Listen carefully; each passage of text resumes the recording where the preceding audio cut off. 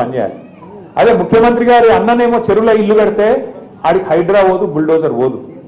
మంత్రులు చెరువుల తాళార్ల ఇల్లు కడితే ఆడికి పోదు.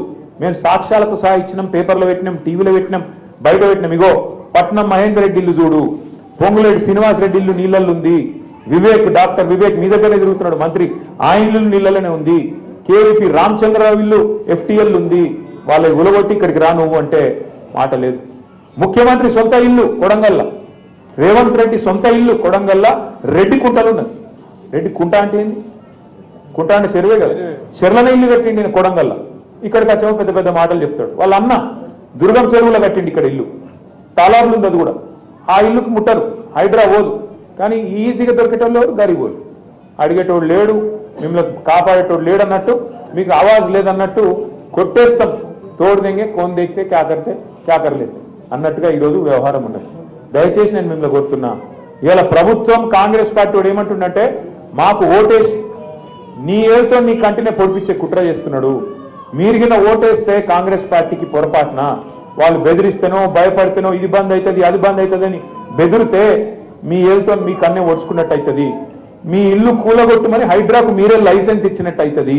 యాది పెట్టుకుని ఈ మాట. ఒకవేళ మీకు కనుక రేపటి రోజున మళ్ళా కేసీఆర్ రావాలి అంటే సురుకు పెట్టుడు కాంగ్రెస్ పార్టీకి ఇప్పటి నుంచే మొదలు పెట్టాలి. జూబ్లీహిల్స్ నుంచే మన జయత్రయాత్ర మొదలు కావాలి. జూబ్లీహిల్స్ నుంచే మన జయత్రయాత్ర మొదలు కావాలి. లేకపోతే ఈ కాంగ్రెస్ పార్టీ మామూలు పార్టీ కాదు. మీరు చూడుర్రి, 100 రోజుల్లో అన్ని చేస్తామన్నారు. 6 गारंटी बोले, सब कुछ कर देता हूं बोले. क्या क्या बोले? आपका जो 2000 का वजीफा है जो केसीआर साहब ने बढ़ा के 200 से बढ़ा के 2000 करे, आपको हम दुगना कर देंगे, 4000 देता हूं बोले. 100 दिन में देता हूं बोले. दिए क्या किसी को 4000? किसी को मिला 4000? अरे 4000 కాదు ముసలోళ్ళ. ఇంకా రేవంత్ రెడ్డి సాబ్ ఇంకో మాట చెప్పిండు. కేసీఆర్ గారు ఒక ముసలమ్మకని ఇస్తున్నాడు, ముసలయ్యకని ఇస్తున్నాడు, నేను ఇద్దరికి ఇస్తా అన్నాడు. ఇంట్లో ముసలోనికి ఇచ్చి ముసలమ్మకి అయిపోతే అన్యాయం అవుతుంది, ఇద్దరికి ఇస్తా అన్నాడు.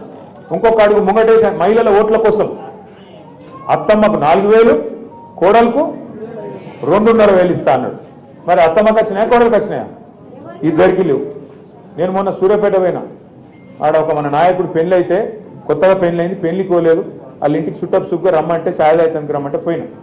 పోతే ఆ లీడరు మనోడు చిన్నపిల్లగాడు, ఇక మా రాజ్ కుమార్ పటేల్ నాడు, ఆయన కూడా మొన్న పెళ్ళైంది. ఆడున్నాడు కార్పొరేటర్ యూసుఫ్ కూడా ఇక్కడ ఉండే పోయింది, ఇప్పుడే పోయింది.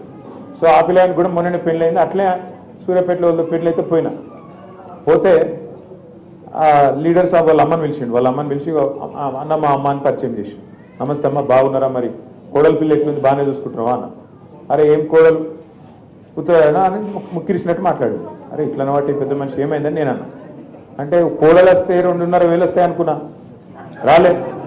అనగా నా కోడల పిల్ల కూడా మహా గడుస్తుంది. ఆమె వెంటనే బయటకు వచ్చింది. అత్తమ్మ నీకు కూడా 4,000 వస్తాయి అనుకుని వచ్చినాయా? అంటే రేవంత్ రెడ్డి చేయబట్టి కొత్త పంచాయతీ కూడా 30 అత్తకోడలకు గట్లాంటి పరిస్థితి వచ్చింది. ఇవాళ ఒక్క అత్తకోడల పంచాయతీలే కాదు, రాష్ట్రంలో ఎన్ని మాటలు చెప్పిర్రు, ఎన్ని కథలు చెప్పిర్రు. 24 నెలల్లో 2 ఏళ్లలో హైదరాబాద్లో కొత్త ఒక్క పని మొదలు